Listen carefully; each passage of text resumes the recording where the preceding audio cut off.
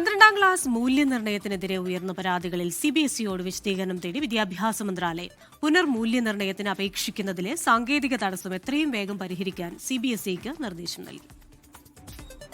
CBSEയുടെ ഔദ്യോഗിക വെബ്സൈറ്റിന്റെ സാങ്കേതിക തകരാറിനെ തുടർന്ന് വിദ്യാർത്ഥികൾ നേരിടുന്ന പ്രതിസന്ധിയിലാണ് കേന്ദ്ര വിദ്യാഭ്യാസ മന്ത്രി ധർമ്മേന്ദ്ര പ്രധാന്റെ ഇടപെടൽ.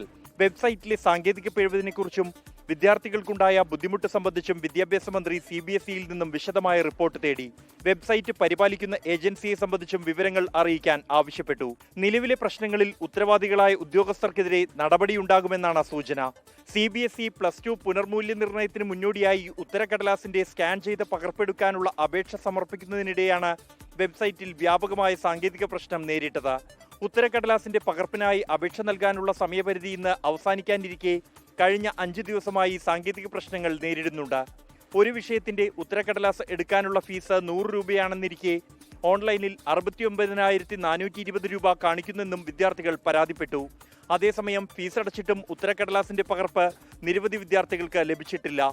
ലഭിച്ച ഉത്തരക്കടലാസിന്റെ പകർപ്പുകളിൽ വ്യക്തതയില്ലെന്നും വിദ്യാർത്ഥികൾ വ്യാപകമായി ആക്ഷേപം ഉന്നയിക്കുന്നുണ്ട്. വിഷയത്തിൽ CBSEയിൽ നിന്നും ഔദ്യോഗിക പ്രതികരണം ലഭിച്ചിട്ടില്ല. വെബ്സൈറ്റിലെ പ്രശ്നങ്ങൾ പരിഗണിച്ച് സമയപരിധി നീട്ടുമെന്നാണ് CBSE വൃത്തങ്ങളിൽ നിന്നും ലഭിക്കുന്ന സൂചന. 24 ഡൽഹി.